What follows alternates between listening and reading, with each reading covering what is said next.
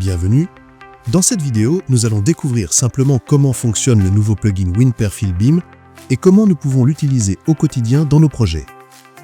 Après avoir téléchargé, installé et enregistré le plugin, comme montré dans la vidéo précédente, lorsque nous ouvrons Revit et notre projet, nous trouvons l'onglet WinPerfil dans la barre d'outils. Pour accéder au plugin, nous cliquons dessus et sélectionnons « Importer un modèle ».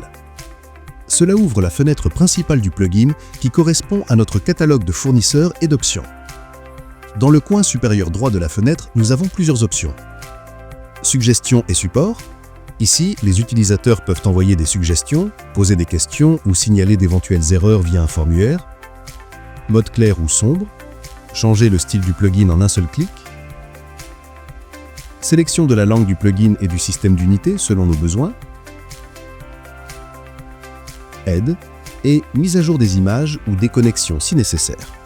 Ensuite, nous trouvons modèle récemment utilisé, accès rapide ou dernier modèle que nous avons utilisé.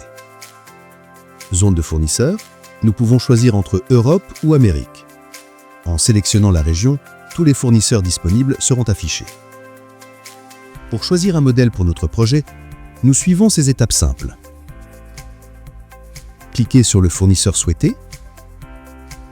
Parcourez les séries disponibles et choisissez celle qui correspond à nos besoins. Sélectionnez le type de modèle, fixe, pivotant, porte, fenêtre, etc. Et les modèles prédéfinis de notre sélection apparaîtront. Enfin, nous choisissons celui dont nous avons besoin et accédons à l'éditeur de conception du modèle.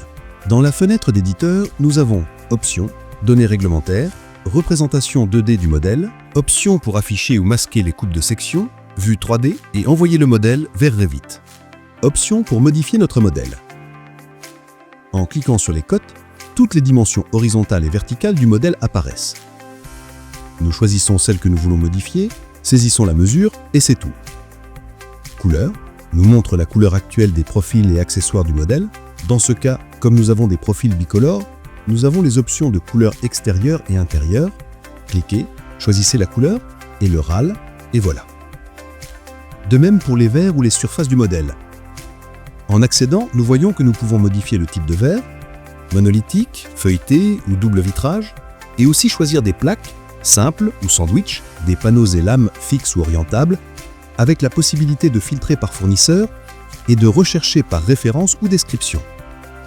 Coffre, compact, nous pouvons choisir le coffre du volet, la sortie de sangle, le faux linteau, la couleur du coffre et des lames, les coulisses, meneaux, voire le type d'opérateur, manuel, motorisé, sa position et les options supplémentaires du coffre si le fournisseur les propose.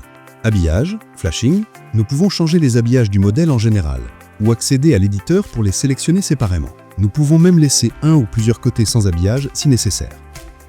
Pré-cadre fonctionne de la même manière que les habillages et positionnement si nous avons besoin que le modèle soit placé contre le mur ou non.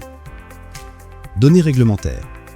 Ici, nous pouvons facilement accéder aux informations techniques, isolation acoustique, facteur de soleil, transmission thermique, etc. Toutes mises à jour selon le fournisseur, la série et le modèle sélectionné. Option du modèle 2D ou des coupes de section. En cliquant sur un profil ou une surface, sa référence et un menu contextuel avec des options spécifiques s'affichent. Options pour les profils. Lorsque nous sélectionnons un profil, nous avons Changer de profil. Nous pouvons modifier seulement celui sélectionné ou tous les profils identiques. Juste en dessous, nous voyons les profils disponibles à choisir. Changer la couleur du profil. Nous pouvons changer la couleur uniquement du profil sélectionné. Faire pivoter le profil. Nous pouvons modifier la position du profil sélectionné ou de tous les profils en choisissant l'orientation souhaitée. Supprimer le profil. Option pour supprimer facilement et rapidement un profil de notre modèle. Ajouter un modèle adjacent. Avec cette option, nous pouvons ajouter un autre modèle depuis le catalogue. Une fois sélectionné, nous configurons Alignement, si nous voulons l'aligner en haut, en bas ou ajuster la dimension au modèle actuel. Profil de jonction, nous pouvons sélectionner un profil de liaison ou d'angle. Et enfin, l'angle entre les cadres. Ajouter un profil externe. Avec cette option, nous pouvons directement ajouter un profil sur le profil sélectionné. En utilisant le filtre par type de profil ou en recherchant par référence, nous le choisissons dans la liste et c'est fait. Ajouter des montants. En accédant, nous définissons l'orientation, horizontale ou verticale, le nombre de montants et le profil à utiliser parmi ceux affichés. Changer la longueur du profil. Nous pouvons ajuster différentes longueurs pour créer des compositions spéciales, comme des impostes de porte. Options pour les surfaces. Si nous sélectionnons une surface, nous avons les options suivantes. Changer la surface. Nous pouvons la remplacer comme vu précédemment dans les options de conception. Supprimer la surface.